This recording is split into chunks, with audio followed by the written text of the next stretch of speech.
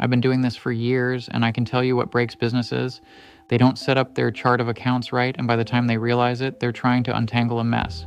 So let me give you what I see constantly. First mistake, too many accounts.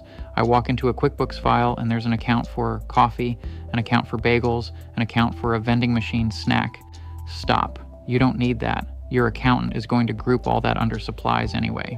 Too many accounts and your reports become useless. Second mistake, mixing personal and business. This kills audits. I had a client where they had their mortgage payment, truck payment, and kids' tuition all going through the business account. That's chaos. Open a separate business account. It saves hours of cleanup later.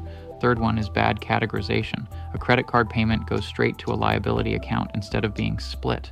Or you're recording loan repayment as an expense instead of principal and interest.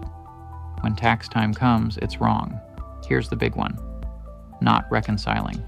You're not matching your QuickBooks records to your bank statements. 3 months in, you're off by $2,000 with no idea why. Reconcile monthly. It takes an hour and saves weeks of headaches. Another common problem, bad date entries. Someone's entering last month's transactions but dating them today. Your reports are only as good as your data. Junk dates mean junk reports. I also see people not using classes or cost centers when they should. Multiple locations or business lines need separate tracking. QuickBooks has tools for this. Use them. And here's something nobody thinks about. Account numbers have a numbering system. Assets get thousands, liabilities get thousands, income gets thousands.